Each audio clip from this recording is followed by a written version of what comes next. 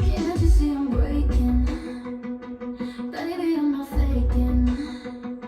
Every time you breathe, you own my soul. You're the fire, I'm the burning coal. Touch me once and I might shatter. Take my heart, it's yours to scatter. Twisted games we play, I'm spiraling down. Drowning in the love I'll never drown. Drip, drip, feel it in my veins. You're the drug that's driving me insane. Oh, I'm falling. Cut me open, bleed me dry. You're the one I die to satisfy. Going crazy, crazy for you. Lose my mind, but what can I do? Take my breath, my blood, my name, my thoughts. You, baby, it's not the same. Crazy, crazy, I'm breaking apart. Pulling like you're killing my heart. Crazy for you. Your touch is venom, sweet like sin. You've carved your name beneath my skin. Alright, good afternoon, viewers, followers, subscribers, and tune-in-ers. Hi, I'm Mike with BNSF 4178, and we've got a little bit of an update. So we actually finally, a couple days ago, I was working on downloading a C.S.O, which is a cab signal, which if we look here, is this guy here. So this is an in-cab signal, and I'm having the actual cab signal built, so that is going to be coming in maybe in a couple weeks. Maybe, hopefully, maybe a month or so, who knows. But we've got the program operational and running with Run8. Now, there's a couple of things that you have to do, and the way that goes is like this. So it is a C.S.O, and in pronunciations it's cab signal overlay. Now, this program and also the ELD program, which these are made from the website. These are from the website. Dadgummit, what happened here?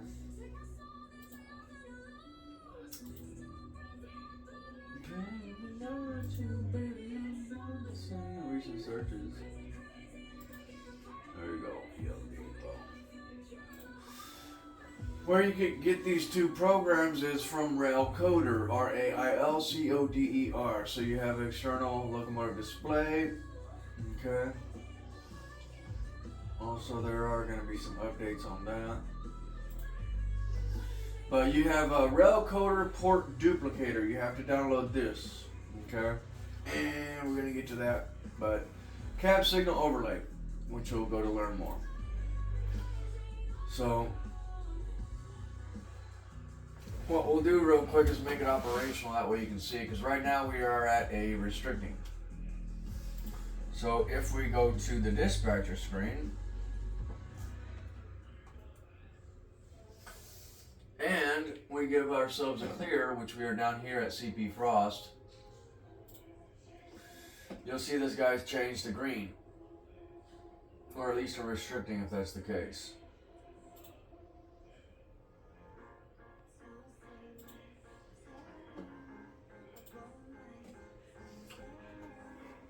So that should proceed to change pretty soon. And the reason it is not changing is because of the fact that my reverser is in center. Put that in forward, and that is going to change to clear. So this block is clear, next one will be a flashing yellow, then a yellow, and then that. But it does operate. So whenever I put it into neutral, you'll see it drop down to restricting, and it sounds off an alarm. So we're going to get the camera moved, and you'll see what it does. So, but the way it works is like this, and we're going to get all to this to here, because I want to show y'all how this is all ran and set up. So we're going to get the camera and move it over, technically for the time being. And drop this down.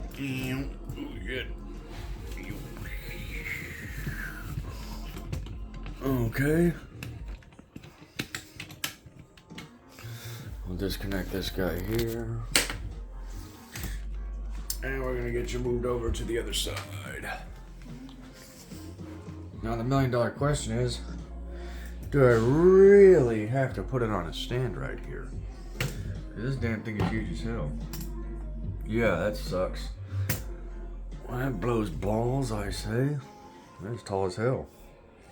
It don't get no lower? No. Hold on a second. We got some dead gummit. Are you serious? No way. Why? Okay, dead gum. And I screwed that down onto that. Okay, so there's no way to do that. And do we really gotta set up the legs on this damn thing? I guess so. Okay, let's get the camera all set up real quick. 1 minute here. I don't know if this will work actually. Cause, well.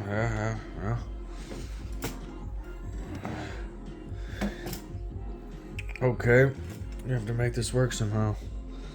Okay. Oh, what fun. Sorry about all the movement.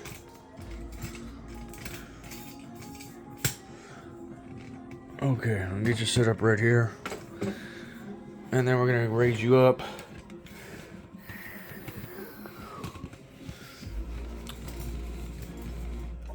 Man, what fun, huh?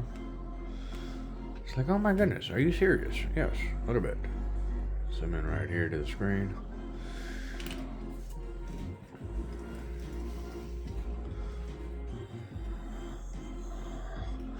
After 7 minutes. Okay. Alright, if you can see, I can see.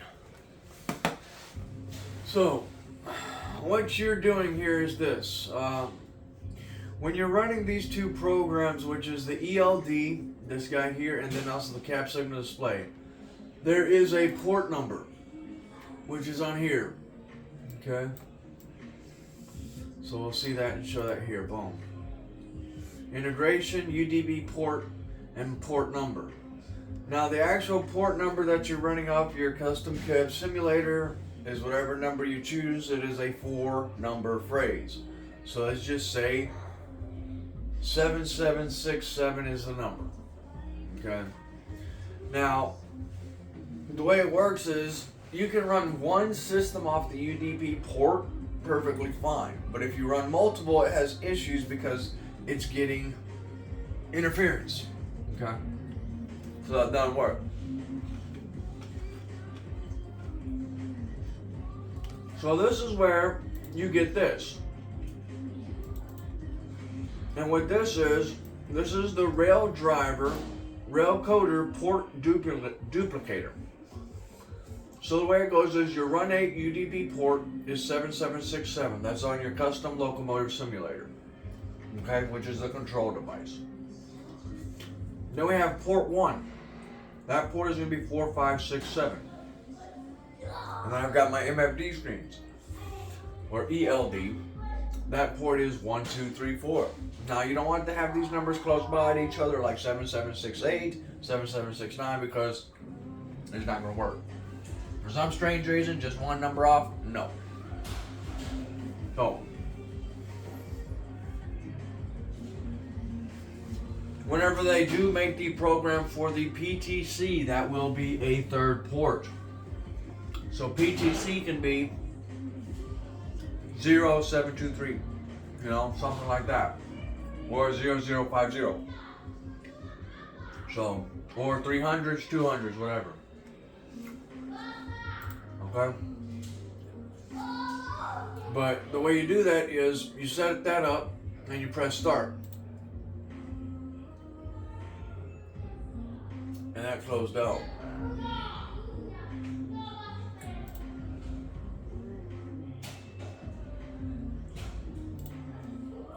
And it does show it running.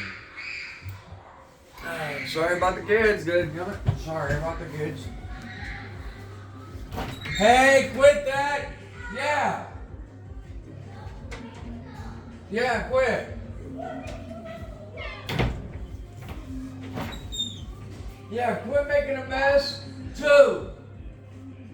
Put away the chairs so I can put away the tables. Yeah. Sorry.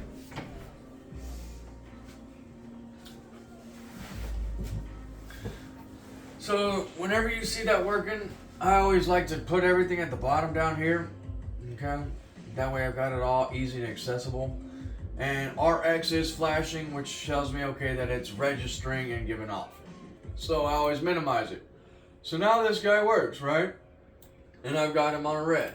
So whenever I want to put him into forward on my lever, it's going to pop off to a green. Okay? Now we'll read some instructions on this guy here.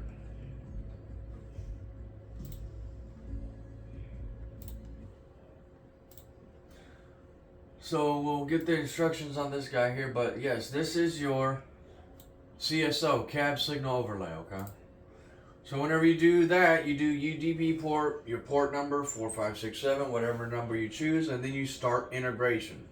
You're going to press that, and now that's going to start working and reading the signals that the Run8 is putting out, okay? Now, in time, I'm going to get the device, we're going to hook that up, and that is going to connect to that, which I'll be finding that out soon. So, whenever I do have that built, it will be operational.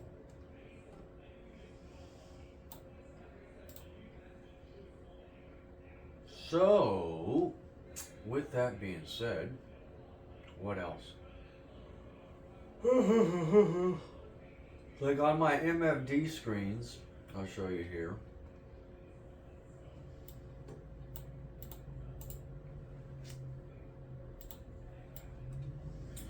My MFD screens, or ELDs I call them, UDP port, you're going to put that 1, 2, 3, 4. Alright? So whenever we're running our custom USB device on the Run8, you pop in that top one there. So you can check for updates. I do have the latest version. Pop that back to full screen.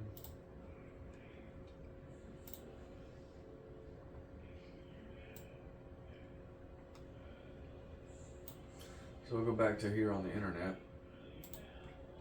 So cab signal overlay. Cab signal overlay C.S.O replicates Norfolk Southern's Pennsylvania Railroad cab signal and is designed to be used on the Pennsylvania region in Run8 Volume 3. You can use it on whichever route you want, which I don't mind. It's a little bit of history in itself. C.S.O integrates with Run8 via CID output data. The output data is translated and displays the proper cab signal aspect.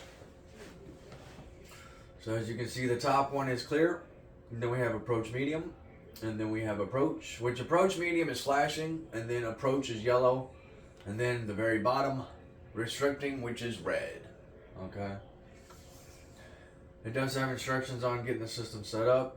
Instructions on C.S.O by default will stay on top of the other windows. For some reason don't want it to, you can uncheck it. Stay on top. In the context menu. The context menu can be accessed by right-clicking anywhere on the C.S.O. Okay. So I've got the C.S.O. You right-click and there you go. There's your context menu. Okay. Click and drag anywhere on the C.S.O to position on your screen. So you can put it anywhere you want. It's pretty cool. So you've probably seen mine the other day. I was trying to get it set up. It didn't want to do what it was supposed to do. It does show hotkeys. And then also you can do a test.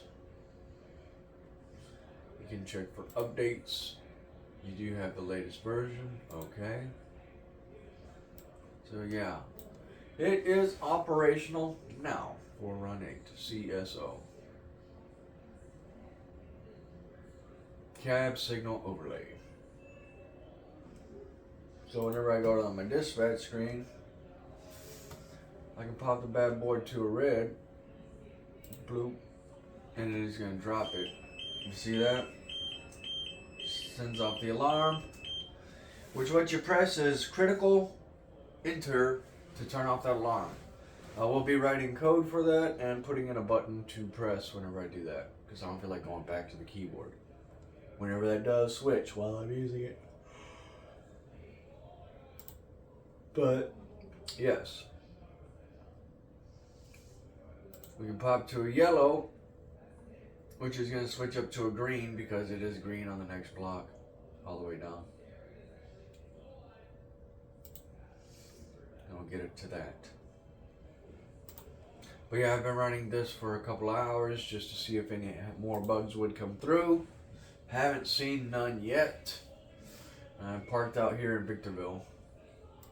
But yes, this is your C.S.O. program. So that is now going to be implemented into the simulation. And we'll go back here. So as you're going to go is to railcoder.com. DPU input duplicator. Cab signal Run8 overlay. You got Run8 towers, which is a small fun program to switch stuff. Your ELD, external constant setter for ECE. It's a powerful app to edit or create train constants for Run8. Which sounds pretty cool. ECE. Learn more. If you're having trouble downloading RV images or using store units feature, try running ECE in administrative mode.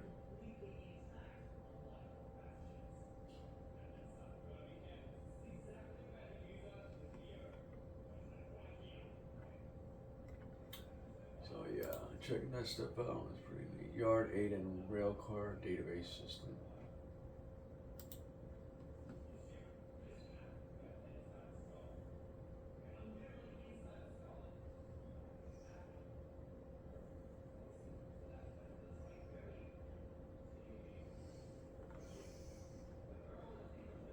So yeah,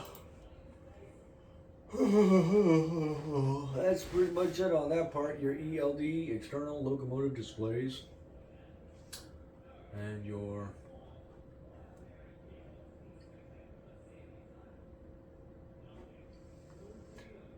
C.S.O. So that's how those are ran, and your Railcoder port duplicator. Pretty neat. This guy, I think he actually made this the other day for somehow he did it. He knows code. He's got 5 years under his belt. Self-taught, I think. I was like, wow, pretty cool. But that is that. So quite a bit of programs it does take to make this operational for viewers. 6 o'clock, we are going to be going live at 8 today. We've got to run from San Bernardino to Barstow. Took a run yesterday from Hobart Intermodal Facility to Barstow, or to San Bernardino. Split the train in two and tied it down in the yard. And here we go. But that is that. Pretty much it for the update.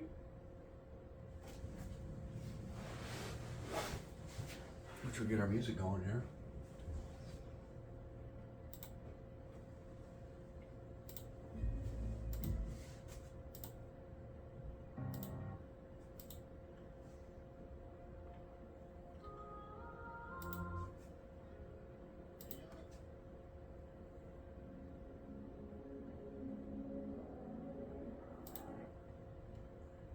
Upside down.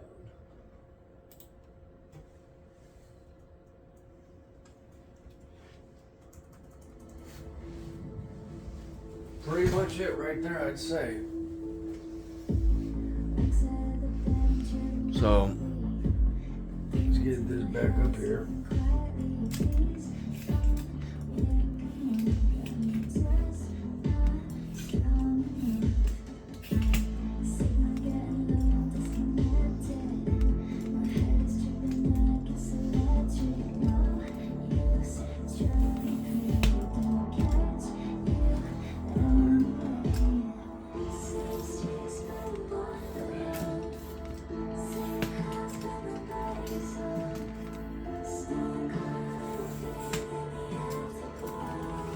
Cutting the upside down.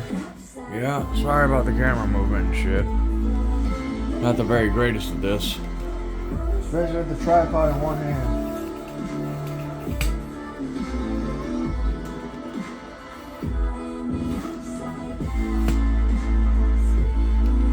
There we go.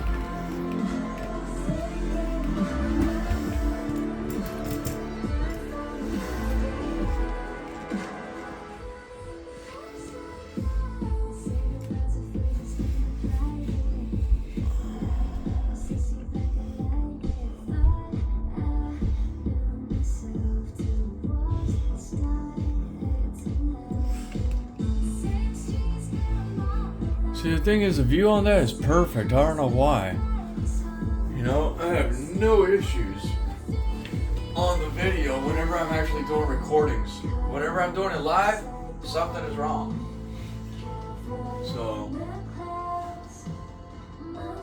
it's weird.